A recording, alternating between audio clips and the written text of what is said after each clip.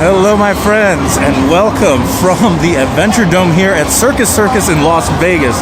I'm really excited to check this out. We're back on the hunt for new coaster credits, and there's two here that I'm excited to check out. So I invite you to come along and let's go explore Adventuredome. Here's a quick look at things as we enter. You'll notice there's kind of like a pinkish hue to everything. That's because this indoor park is basically pink on the inside, just past the drop tower there. Here is the Inverter, which I can't wait to show you what that looks like when it goes. But yeah, there is a lot to explore here. You can see some of the track there for a Loco. Oh, as luck would have it, this thing is about to go. It takes a second to get going, but wow, when it does, that is something else. I'm not sure if I'm doing this one yet. Definitely want to hit the coasters first.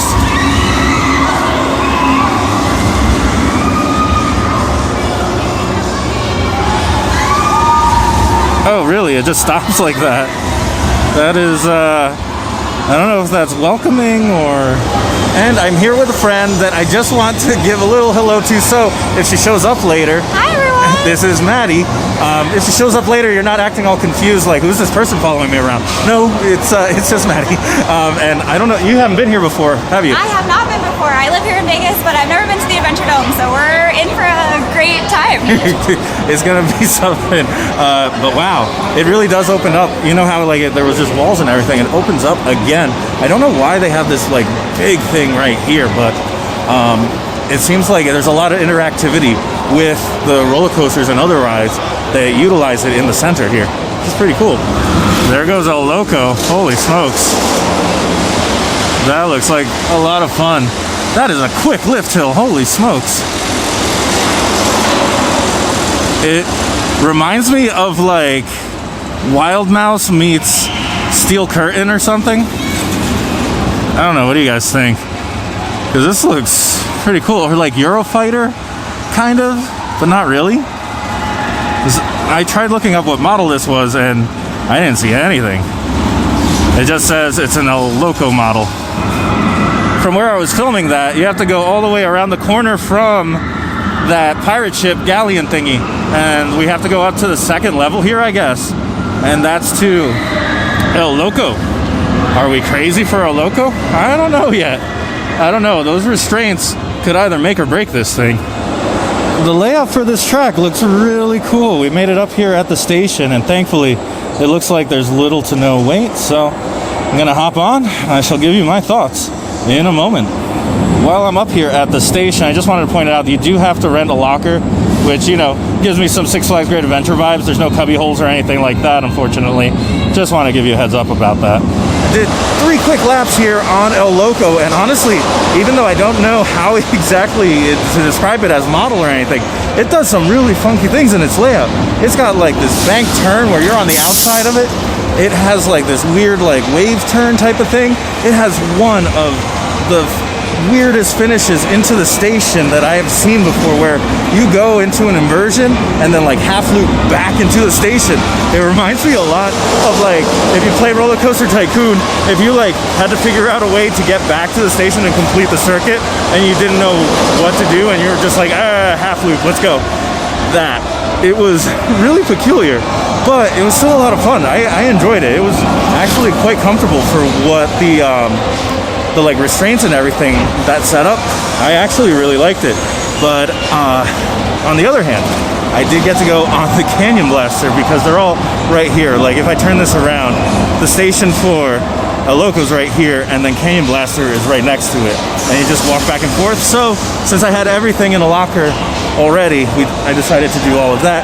Maddie joined me. We have decided, at least to wrap up El Loco, the inner seat or the right seat on there on the first and second row. There's only 2 rows. It seats 4 people per car and per train, but it's a per car ride.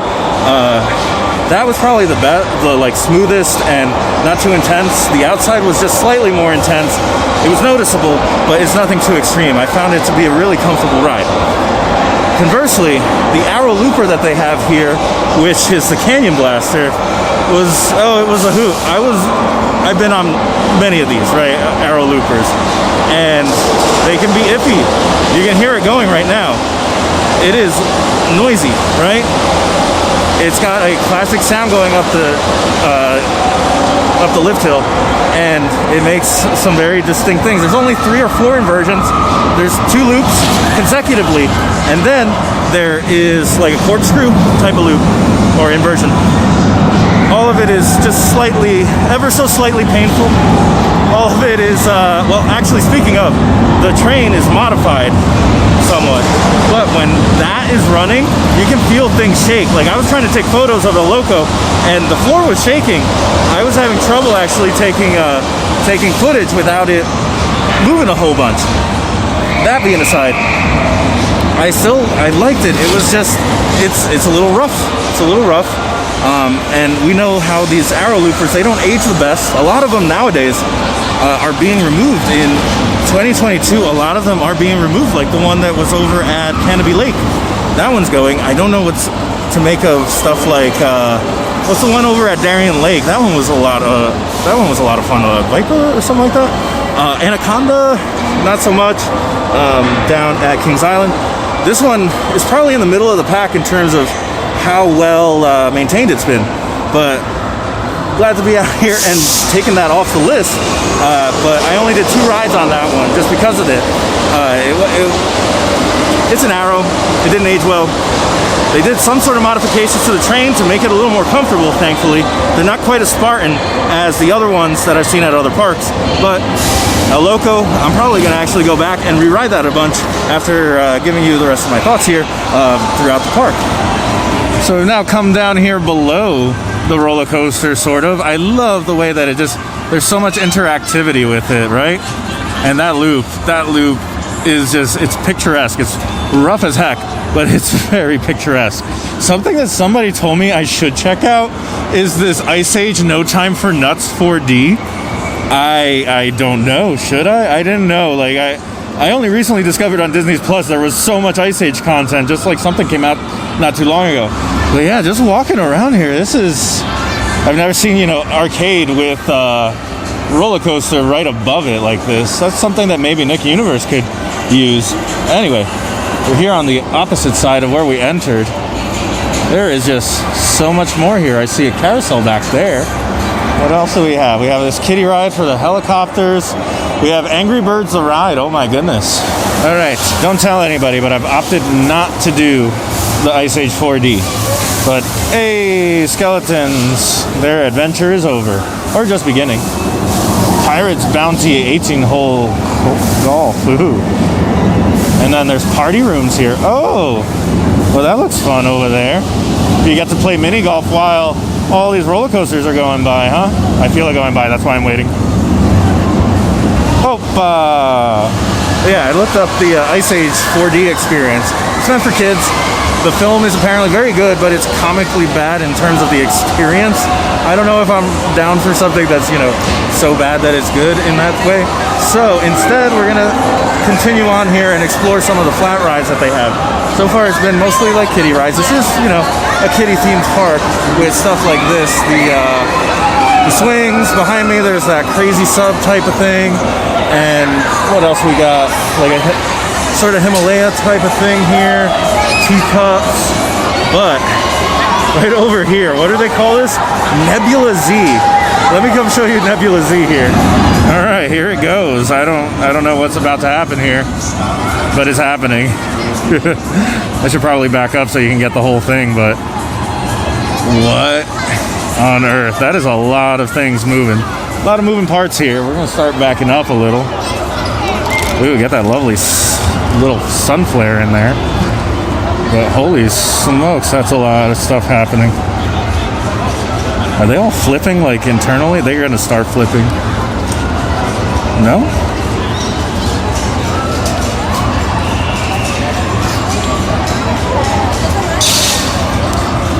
They're all staying level.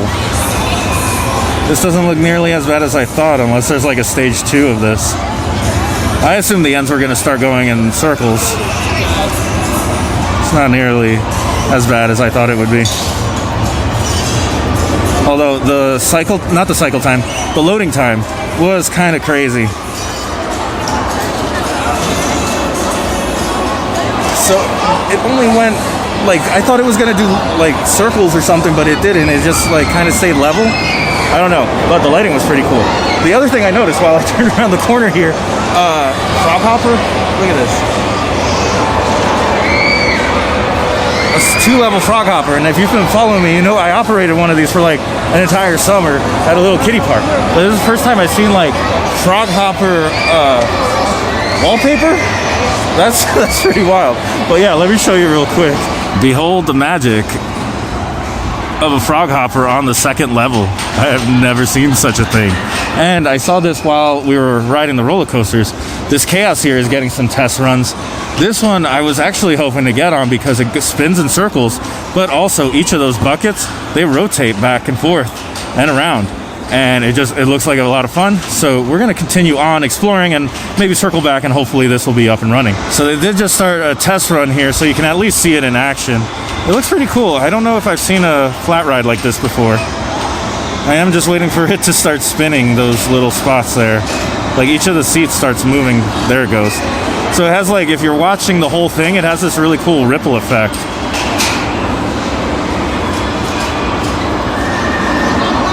There it is. Now you can see it kind of, as you're coming down, it swings down.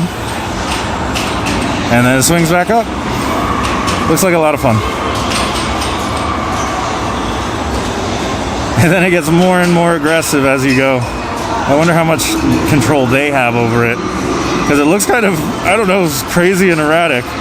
But anyway, guys, just wanted to share that with you because I don't know if I'm going to be riding it. So we are now just kind of sort of where we started here. And I wanted to see the bumper cars. Is it me, or just looking at this at first glance, is there not that many bumper cars on this track? I do like the theming though, but they're just kind of going in one direction. I think one of them is trying to turn around, which these days is a big no-no. Unlike some other places that still allow head-on collisions. So now we are in line for the disco, which just kind of spins, goes up and down on its little track here. Nothing too crazy. It's still a lot of fun. And I'm still kind of not sure about the inverter. I don't know. That's a whole lot of time upside down. Might not be good for me. From this line here in the disco, you can see the drop tower going. I'm not sure what it's called because I haven't actually headed over there. Just waiting to see what the sequence is like.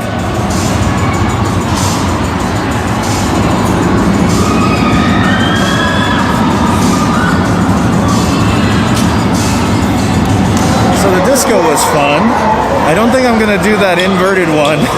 I don't know, it's just a lot of time upside down for like extended period of time upside down. Just doesn't sound very appealing to me. I was hoping to do that one that was getting worked on. So I think honestly, I'm trying to finish like the loop around because it is a circle on the outside that you can walk around, right? I just got kind of caught up where all the roller coasters were. So I think I'm gonna finish this loop, see what we can see, but I don't know if I'm riding anything else.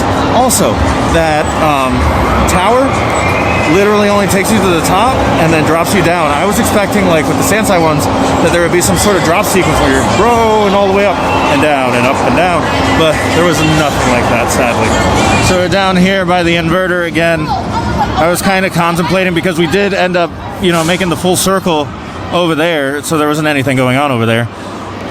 I think I'm going to give this one a skip, to be honest, just because the blood pressure stuff that I've had. Anyone who doesn't know, I had open heart surgery in late 2020, and so being upside down for a while kind of messes with my circulation, and it's not the best thing to recover from. Quick inversions are okay, but sustained inversion, kind of not the best. So I think I'm going to give this one a pass for now. So I think that's going to do it for me here at Adventuredome. Got to check it out. 2 new credits, which I'm really excited to be able to add here to the tile. Another arrow looper that was rough. No surprises there with the Canyon Blaster, but there was a lot of nice moments of interactivity, so I can't deny it that. Inverter making loud noises next to me. The El Toro, or El Loco, sorry, I keep calling it El Toro because, you know, but El Loco, really unique ride. I didn't expect that layout that I did. It would really surprised me. I might get a few laps of that in on that one before heading out. But overall, really nice little indoor park. One thing I didn't mention is that you can walk around in the park without paying admission. So if you're going to walk in here for photography, which I might do at some point in the future, you don't have to buy a wristband. They ask to see a wristband every time you come in here. However, if you're like a parent or, you know, grandparents and stuff like that, they want to just walk around with the kids and have them be entertained. So that's an option for you. You do not have to pay the, what was it, like $40 or $60 to get in here? Anyway, all that being said, thank you guys so much for watching. I'll see you next time. I hope you go make your own adventure. Bye.